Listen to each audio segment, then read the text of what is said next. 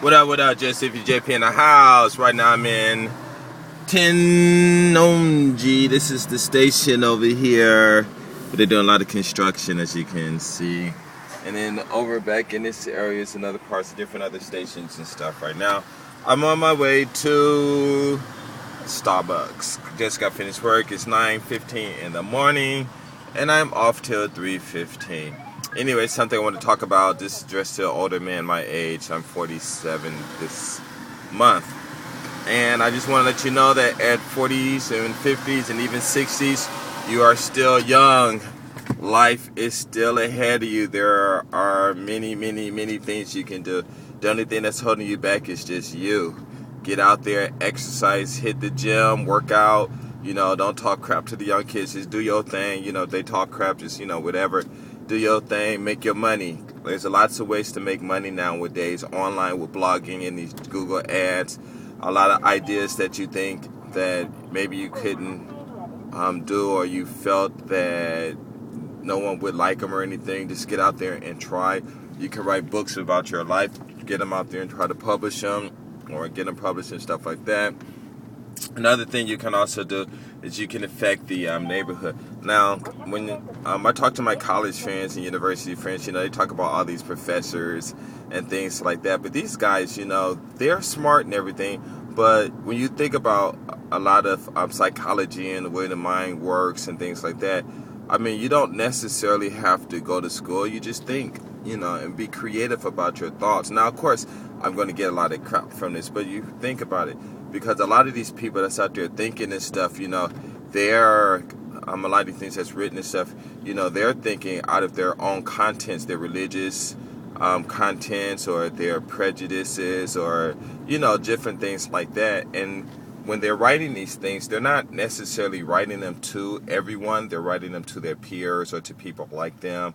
And like, for instance, slavery, okay, you have these professors and stuff. Like recently I just read about how down in Brazil, oh my God, it was really interesting. This is historical, and it's a fact, that most of the slaves that were brought over to this hemisphere were taken to Brazil, and the guys that did that, most of them, pretty much, they were Jewish and stuff like that, and they're, how can I say that, their own scholars write about this stuff. It's all on the net. Just Google it up and stuff. It's a lot of information out there. This information isn't out there to, I'm mentioning this because a lot of people don't know.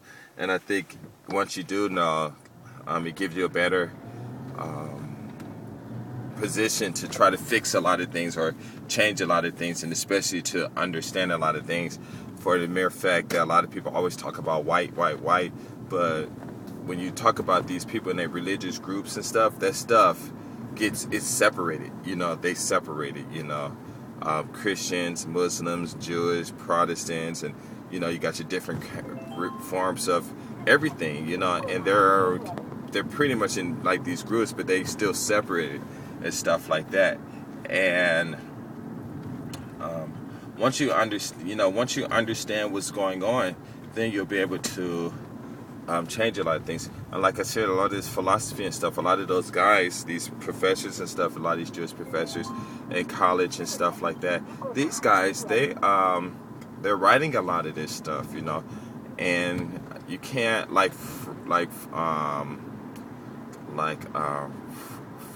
what's his name? Starts with an F. Gosh, just got finished reading some of his stuff. But these guys, when you really start reading about, the way they're thinking and stuff like that, it's good because everything it can apply to people, but still a lot of people, like I said, they're focusing on their own groups or within their own understanding and stuff, and it doesn't apply to everyone.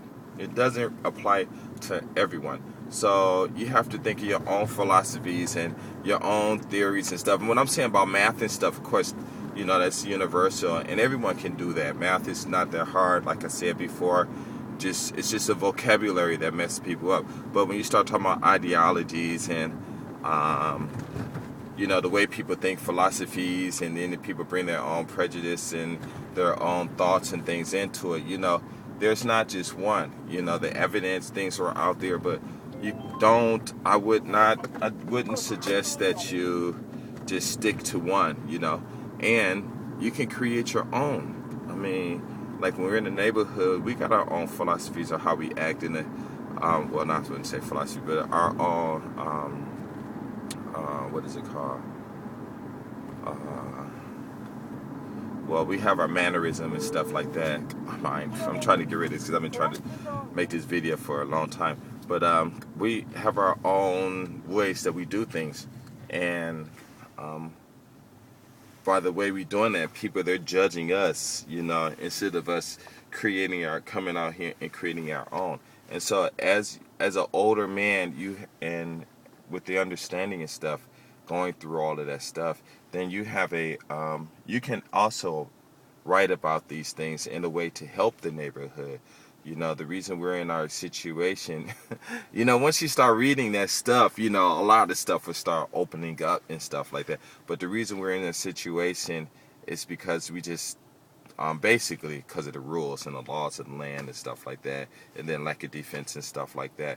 But nowadays we quote unquote supposed to be free and stuff like that, right? So a lot of it is that a lot of us don't really try to get out there and put our billion-dollar cents into things, because regardless of what people say, we're stupid or whatever, everything that we've done has created money for other people and has created money, but the money that was created wasn't given to us. It was used and stuff. So we have an opportunity to actually curb and change a lot of things. Okay, like I said, your philosophies and stuff, you start writing this stuff down and think about why this is going on, what you feel about it. And you can read everyone else's things and see what they have and get other ideas and things like that. But because you need to understand history, you just can't say like when we talk about slavery a lot, you can't just say the white man, because it wasn't necessarily just the white man. It was a particular group of white men that did this. And you have to understand that this particular group didn't care about the other groups, and they didn't even really care about themselves. Like I talk about, I talk to like some of the white kids and stuff on there. They'll say this stuff, and I say, well, you know what? Slavery was about profit, and the reason they slaved blacks was because like the Talmud or something like that. I read it, they fabricate these stories and stuff like that and made it so that people wouldn't feel sorry for us and things like that. But then at the same time, this wealth wasn't spreading to all white people. There was a whole bunch of poor white people, but just because of the fact that they shared a common denominator, which was the whiteness of their skin, that I guess it would make them feel better in their misery, I guess, or something like that, So these things, you please write about those. I'm talking about this on YouTube and stuff and all that, but still write, talk about these things, because we have our own psychological advantages, huh? We're talking about our own philosophies about how we think about things that help us, and then on top of that, the way we think actually helps a lot of other people also. So please write about that. And it doesn't matter who you are, The only thing you need to do is understand what you want to write about. Make sure you use the right vocabulary that